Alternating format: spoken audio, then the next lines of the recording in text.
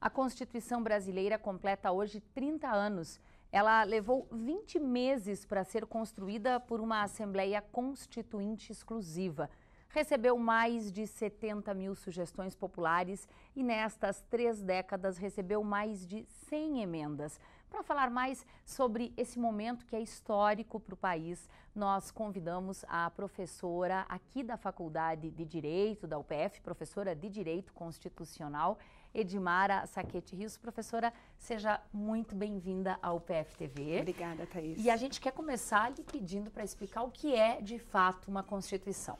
A Constituição Federal de um país é o documento fundante de todas as relações entre o povo e o governo, que se estabelece dentro de um estado, dentro de uma região, portanto, territorial.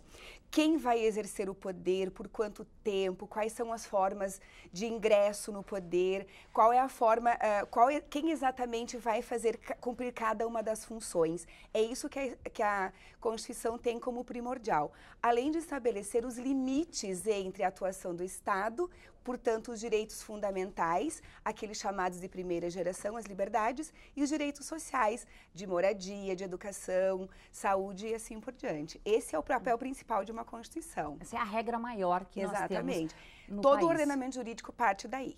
Professora, quais foram as principais garantias da Constituição de 88? São tantas, Thaís, mas principalmente a liberdade. Esse momento que nós estamos tendo aqui, por exemplo, numa Constituição anterior talvez não fosse possível, em que nós estamos discutindo a Constituição. Não havia liberdade de imprensa, não havia liberdade de reunião, não havia a garantia mínima de educação, de saúde, o acesso universal. Então são tantas as conquistas da década de 80 que a gente tem que, de fato, comemorar muito essa data. A gente fala muito em revisão constitucional. Essa revisão, ela pode vir a acontecer e, mais do que isso, professora Edmara, ela pode oferecer algum risco à democracia?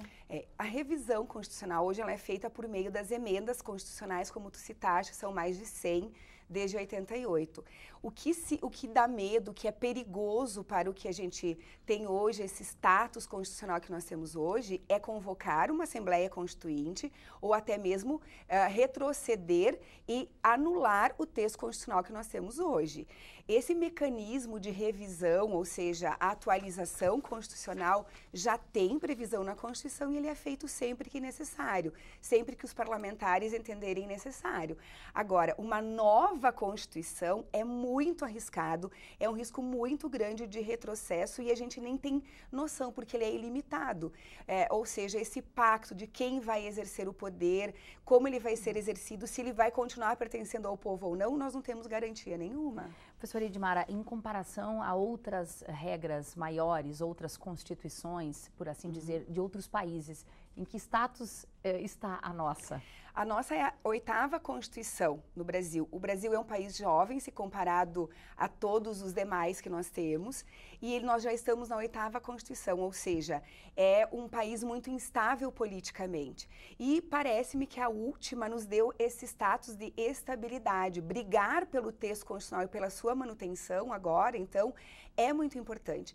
As demais podem ser menores, podem ser mais extensas, a nossa é muito extensa, são mais de 350 artigos, mas ela é o que nós precisamos para continuar avançando no processo de democratização, de estabilidade política, de estabilidade social, de inclusão social. Não há nada que se possa comparar com outro país, porque cada um tem a sua experiência jurídica, mas a nossa instabilidade política leva a uma instabilidade jurídica e, portanto, essa necessidade de nós brigarmos, né, pela defesa da Constituição que nós temos, é a que nos resta. Ela pode ser considerada boa em relação aos demais países?